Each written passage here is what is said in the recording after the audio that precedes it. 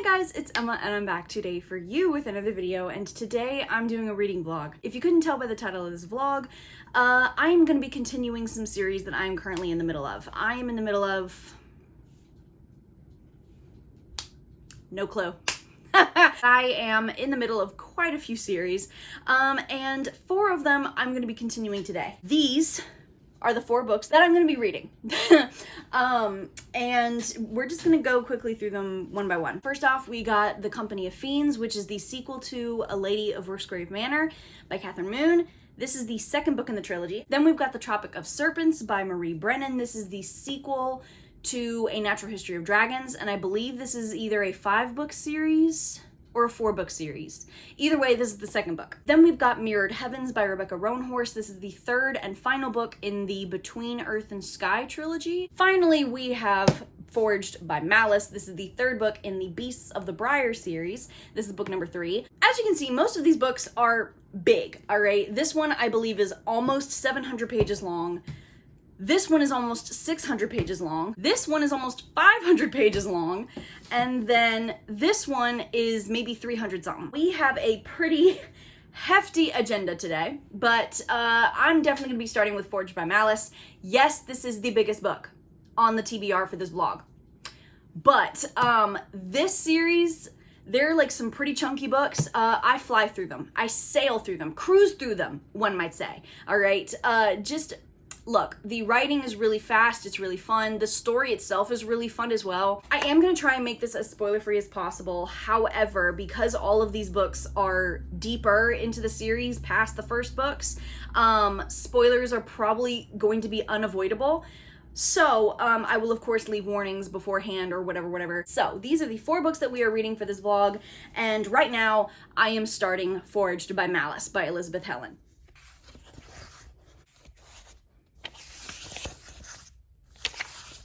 It's a while later, and I have gotten to page 105 in Forged by Malice. This is a smutty Sleeping Beauty retelling Why Choose romance series.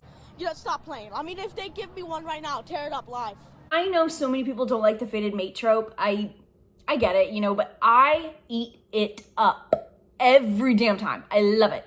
And the wolf shifting thing, really the cherry on top, okay? I am a werewolf girl through and through. I love werewolf romance, and that was great. The 4 high princes are Keldarian, who is the high prince of winter, Farron, who is the high prince of autumn, Dayton, who is the high prince of summer, and then Ezrin, who is the high prince of spring. Book 3 is Ezrin's book, and Ezrin, I love him.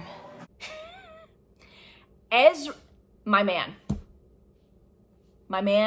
and whom? Oh yeah, my motherfucking man. All right, he is my favorite out of the 4 of them. Like I said, so far I've gotten to page 105, and it's really good, you know what I mean? I'm flying through it. Of course, the writing is very fast and very easy to digest, and maybe apart from 1 or 2 like kind of cringy things that have happened, so far I really can't point out any technical problems.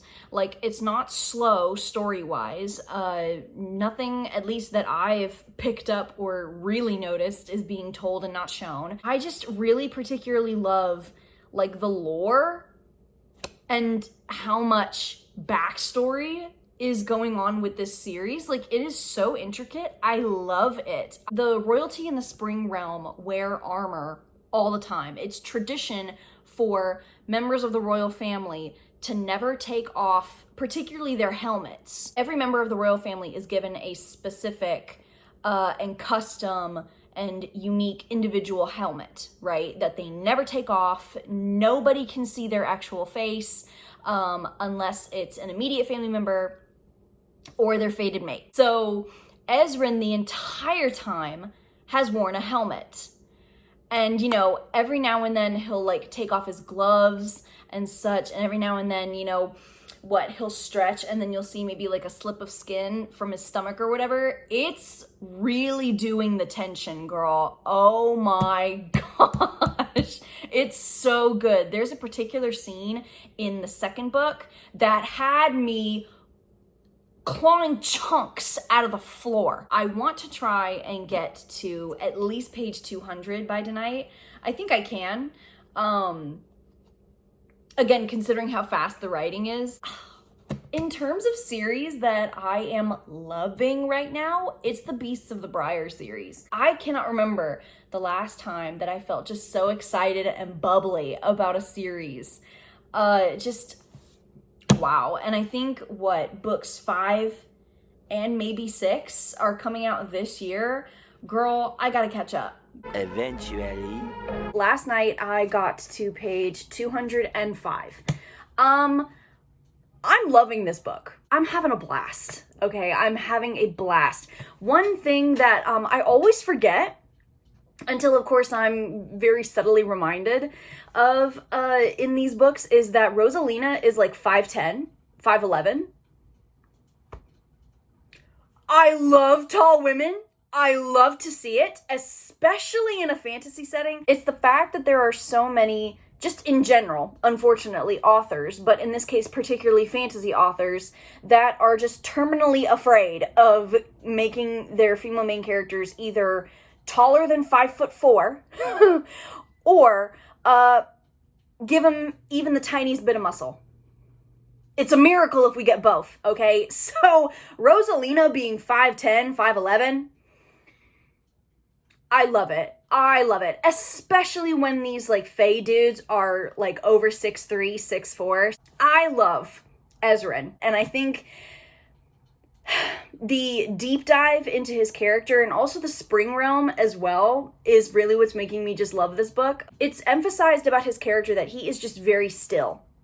Almost all the time he is like not moving, even with his armor off, and you can like see even the tiny physical body movements. No, my dude is just genuinely a statue almost at all times. It looks just like him. It even has his eyes. And so it's pretty, I guess, outstanding when he all of a sudden has these bursts of movement. At one point in this book, and I'm trying to keep it as spoiler-free as possible, but essentially Ezran is walking in one direction, and so this guy is saying some shit behind his back, and Ezran, like I said, slow and steady and stoic as he is, immediately whips around, grabs this dude by where the lapels would be on a shirt, heaves him up, and smashes him down onto the ground. And I was sitting there. It's the emphasis of his character being so still and very statuesque, and then all of a sudden having these explosive bursts of movement that are so emphasized. I just love it. It's so cool. And then particularly with Ezran and Rosalina's romance, I've just always loved the princess and her knight type of dynamic. It's not necessarily that entire dynamic, but it gives that. It reminds me of why I like bodyguard romances so much. This, I just love this man. It's embarrassing, but it's my truth.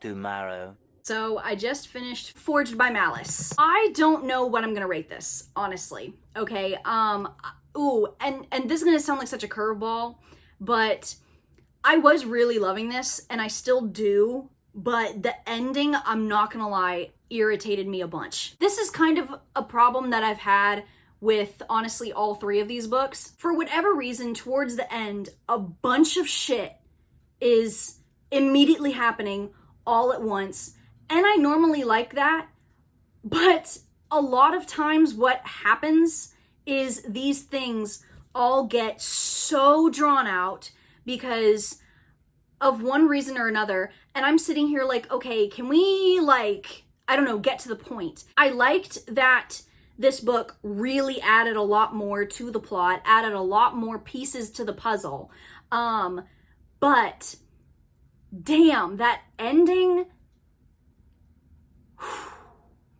I think I'm just feeling like this because the ending kind of left off on a cliffhanger. Now that I think about it, I think I'm gonna give this 4 stars, okay? Because I still really enjoyed it. I just did not enjoy to its fullest, the ending, all right? Especially because, and this is a spoiler part right here, so skip to whatever timestamp I have down here. Listen, the reason why Rosalina gets captured at the end is because she needed to have the last laugh. I remember thinking, I'm about to beat this bitch up. That's how she gets captured, because she just needed to have the final quip. Girl, you are 26 years old. You know, like, if you don't get a grip and get the fuck out of there, like, I was floored. I was dumbstruck. I was like, really? That's how she gets captured because she acted stupid? I love you, Rosalina girl, but you're making it very hard to defend you in this moment in time. I don't like Caspian. Kel is really pissing me off. I understand, you know, you being in love with somebody. I understand you having love for somebody, but we need to wake up and smell the daisies, okay? Because another thing with how this book was so dragged out towards the end, I was like, okay, can we stop giving these villains like second chances? You know, these villains that have done horrible shit to everybody and their mother. Because what, they're on their 74th chance at this point? I'm sick of it. I'm really sick of it. I don't know. Maybe I just hold a grudge. But I guess Rosalina is much better than I am. Another reason why this is 4 stars and not 5, all right, before I even got to the ending part, the language usage in this book, sometimes it's bad to where I'm like, oh my gosh, this is so funny, you know? Other times it's bad to where I'm like, a good bit of this book is kind of cringy. And I just can't get over that, all right? I do believe that there's like a level of accepted cringe, you know what I mean? Which is why I found a lot of bits that were bad funny, you know what I mean? But there's some bits where it's like, okay, no, girl, we're overstepping here. This is not even funny anymore. It's just cringe. Please, please shut up. So yeah, Forged by Malice, 4 stars. I cannot lie, even though I was irritated as fuck by the end of this book, I was entertained. That is the first book of the vlog done. I'm going to start the Tropic of Serpents, not immediately, because I need a break. Today drained me. But when I get to it, I'm gonna read the first couple of pages and we're gonna see how it goes, because quite honestly, this is, I'm looking at it and I'm having second thoughts, I'm not gonna lie. 2,000 years later. Okay, so, same place, damn near same jewelry, different day. Yeah, no. No more of her. I'm done. I got to the end of chapter 1. I'm just not interested in this series anymore. This one was okay, but the writing of it was so bad. As I was reading the first chapter, they're just throwing words at me, and I found that I just did not have the urge to pay attention to any of them. I don't know, I just don't think this is like right for me. I don't want to do it.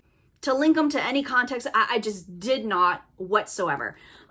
So yeah, no. I got other shit to do. I got other books to read. We're crossing her off the list for the vlog, which means I am going on to Mirrored Heavens by Rebecca Roanhorse. This is the 3rd book and the final book in the Between Earth and Sky trilogy. And can I get something off my chest real quick? I'm sure you can see Black Sun up there on my shelf. I've always had it up there ever since I read it, because Black Sun is literally one of my favorite fantasy books I've ever read. To this day, I still think about the first chapter of Black Sun. That is how good that fucking book was. And then I'm sure that you can see up there as well, next to it, its sequel, Fevered Star. And that sequel sucked. Oh, honey. Girl, security. This should not be the 3rd book. This should be the 2nd book, and it should be a duology. Black Sun, because I loved it so much and was so viscerally disappointed by Fevered Star, I have been avoiding Mirrored Heavens for so long. But I am going to go into Mirrored Heavens with as much good vibes as I can. So, Black Sun. Black Sun, Black Sun. And you know what? Even if I don't end up liking it, I will still have finished the trilogy. I will still have gotten closure. Black Sun is going to remain on my shelf because she is that bitch. You right. I am that bitch. I know. I'm hoping that with the pattern of, you know, middle book syndrome and the middle book being bad, I'm hoping this one is good.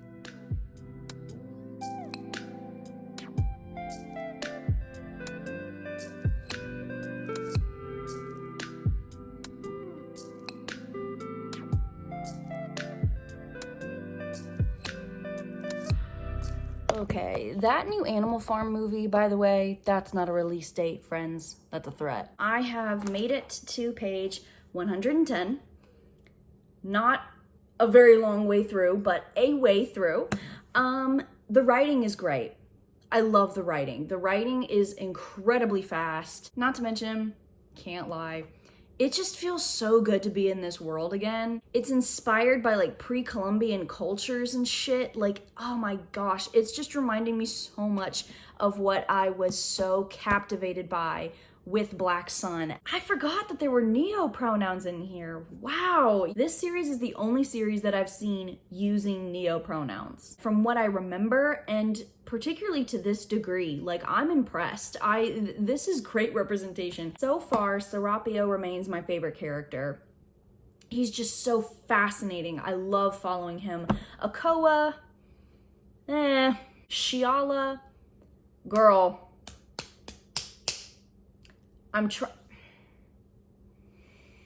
I can't keep defending you, Beb. At one point, there's one thing that she does where she even comments on it herself, where she's like, man, I can't believe I gave in to something that easily avoidable. And I'm like, girl, neither can I. Narampa is interesting to follow, but really, I'm reading this for Serapio. Hello. So I actually do not remember the last time that I updated y'all about anything, okay? So currently I am on page 300 of Mirrored Heavens. It's still okay. It's still going good so far.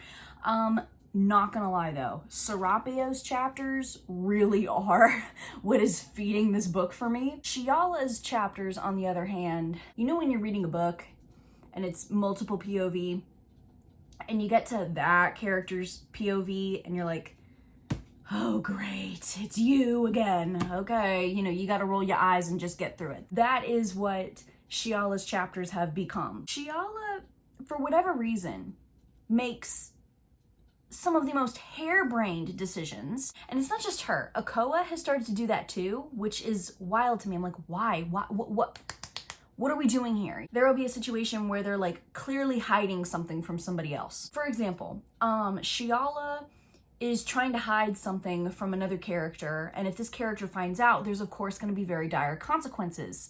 And Shiala does not do a good job whatsoever of keeping this thing from this character, and Akoa does the exact same thing. When ultimately this character finds out about this thing, both Shiala and Akoa are like, oh, how could this have happened? How could they have ever found out about this? Akoa, Honeycomb, you're asking me how this damn near omniscient character knows about this dagger that can kill him, that you brought into his palace,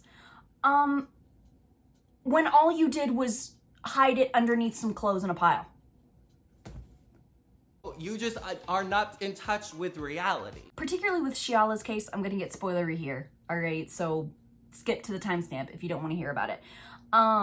Essentially, Shiala is back in Teak, and she has lied to Balam and Toon about the navy that the Teak are supposedly building. They have not built dick. And so Toon comes over to Teak with her soldiers, murders a good dozen Teak women, and goes over to Shiala and is like, oh, okay, girl, so where are my ships? You know, the ships that you've been telling us that, you know, y'all have been building. And Shiala is like, oh shit, girlfriend, I don't have any ships.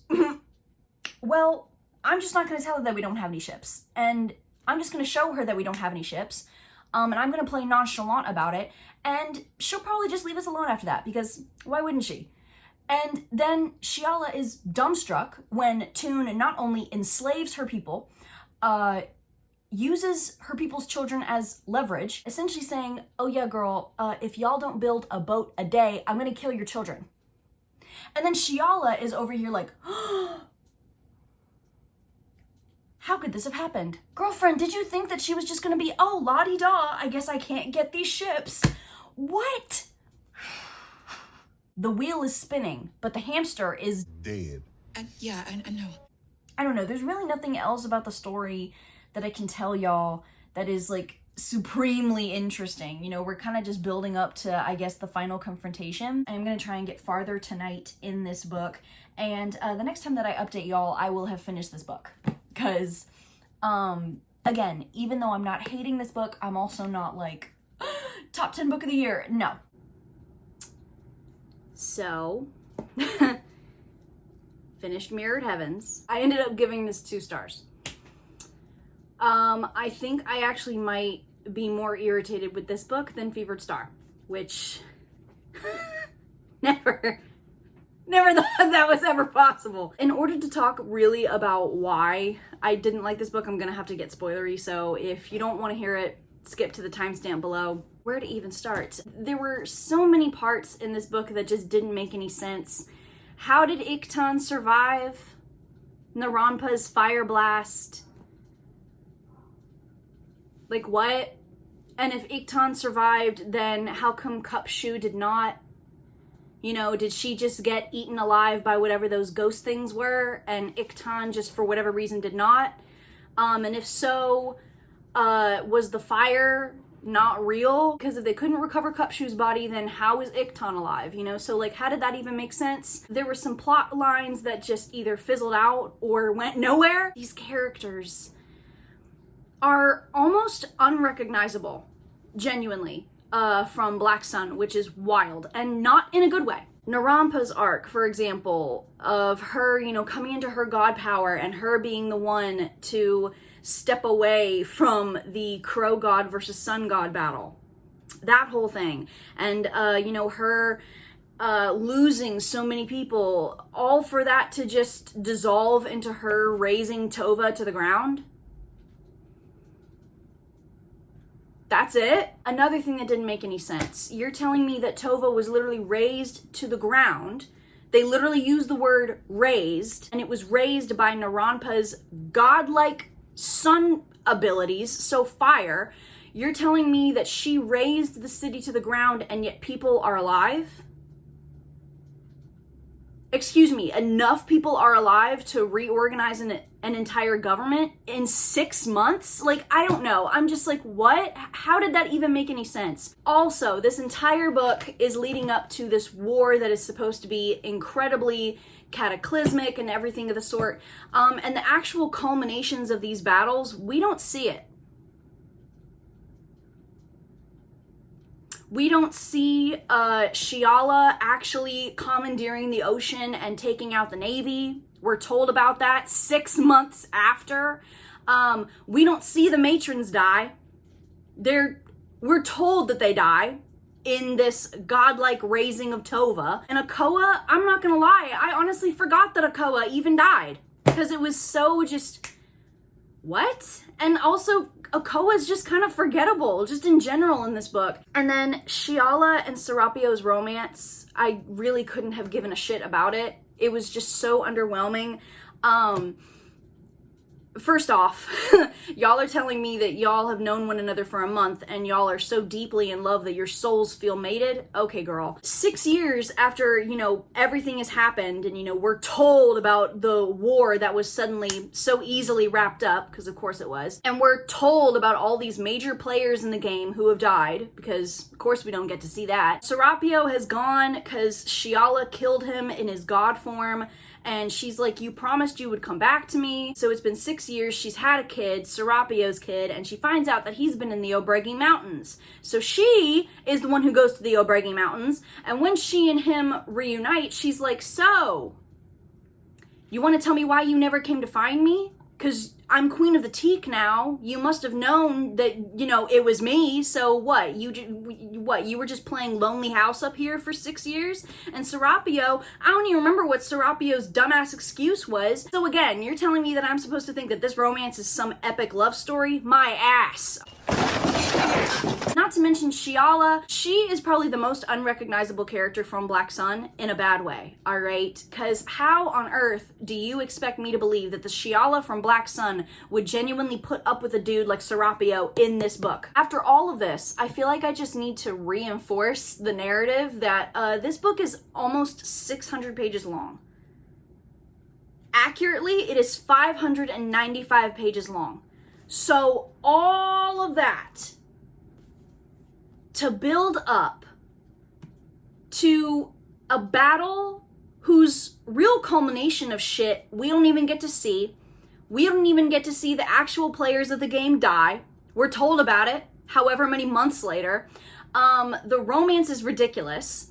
The characters in here have been completely butchered. Plot lines have been butchered. All of that for what? 2 stars. Just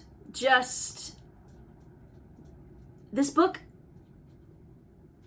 overall, how it ended everything was just so lame. As you can see, Black Sun is by herself because she is twice divorced in my mind. So the last book that we have to read for this vlog is The Company of Fiends by Kathryn Moon. And honestly, before I talk about anything in this book, real quick, I have talked about A Lady of Rooksgrave Manor quite a few times on my channel. I would like to make a remedy real quick. I am no longer going to be using the term golem when talking about this, plainly because it is just not correct, and I'm going to be using what Kathryn Moon is going to be using to refer to them, which is enchanted statues, right? Because at the beginning, there's a foreword, and she says, my apologies to have caused any offense by my wrongful use of a beautiful piece of Jewish mythology. I was unaware of that as well. It's insensitive. We're just not going to do it. So, enchanted statue. This book is 496 pages long, and I'm going to try and get as deep into it as I can, okay? Because Mirrored Heavens took a lot out of me. This is the last book in the vlog, and I'm gonna try it and get through it lickety-split.